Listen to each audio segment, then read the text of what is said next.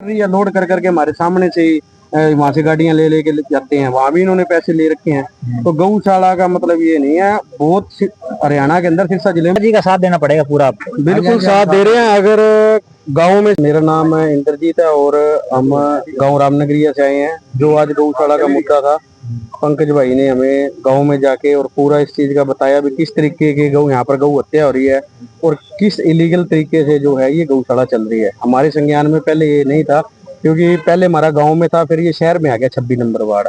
तो जब हमारे को इन्होंने पूरी बात बताई तो हमारे दिल में भी कहीं ना कहीं ठेस लगी भी, हमारे गाँव में हमारे होते हुए भी इस तरीके से जो गलत जो कार्य हो रहे हैं, वो हमें इनका भाई का साथ देना चाहिए। और हम यहाँ पर गाँव के जो लोग हैं वो हम आज आए हैं 10-12 जने इकट्ठे हो गए। तो हमारे जो संज्ञान में ये बात आई थी भी, इन्होंने ये 6 महीने के लिए जो ली थी जगह, और इसकी जेसीबी से खड्डे खोद के मिट्टी की ऊंची ऊंची डांगे लगा दी भी, थोड़े दिनों के लिए यहाँ पर गाय रखेंगे, जो शहर की नंदी है वो रखेंगे, बाद में इसको केलनिया में दे देंगे। लेकिन करते करते वो आज इतना टाइम हो गया भी, वो गौशाला यहीं पर होगी। हमारे वहाँ पर बच्चों बच्चे है, वो कहाँ पर खेल लेंगे जाके? अगर नहीं खेल लेंगे तो वो नशों में लगेंगे, बेले होंगे। क्योंकि जब भी बच्चे, और उसके साथ में प्रॉपर एक स्कूल है, स्कूल में भी अगर कई बार हम जाते हैं, क्योंकि हमारे आसपास के गांव वालों के इनके खेत है पास में, तो इतनी गंदी बदबू आती है, इतने मच्छर होते हैं। पिछली बार वहाँ 200-250 बच्चा था, तो कोई बच्चा वहां पर रह गया उस स्कूल के अंदर। चलो वो भी कोई बात नहीं, गौशाला है, गाँव की अच्छी बात है ना। तो हमारा इसके अंदर कोई गाँव का कमेटी के अंदर है, इसके अंदर ना इनमें कोई मेंबर बना हुआ है। ये कोई प्रोग्राम कराते हैं या कुछ और भी है, तो हमारे को किसी चीज का कोई पता नहीं था इस बात का।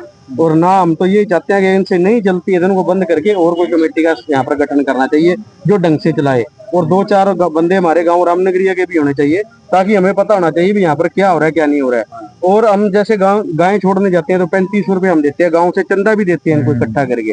तो जब हम पैसे दे रहे हैं, सारा कुछ दे रहे हैं, मैंने यहाँ तक भी हमारे गाँव के हर एक बंदे ने ये बात बताई है भी, जैसे कोई शहर से किसी ने गाय, इन्होंने जो मार्केट कमेटी वालों ने डाली या लोड कर करके हमारे सामने से ही वहां से गाड़ियां ले लेके जाते हैं, वहां भी इन्होंने पैसे ले रखे हैं। तो गौशाला का मतलब ये नहीं है, बहुत हरियाणा के अंदर सिरसा जिले में बहुत सारी गौशाला हैं।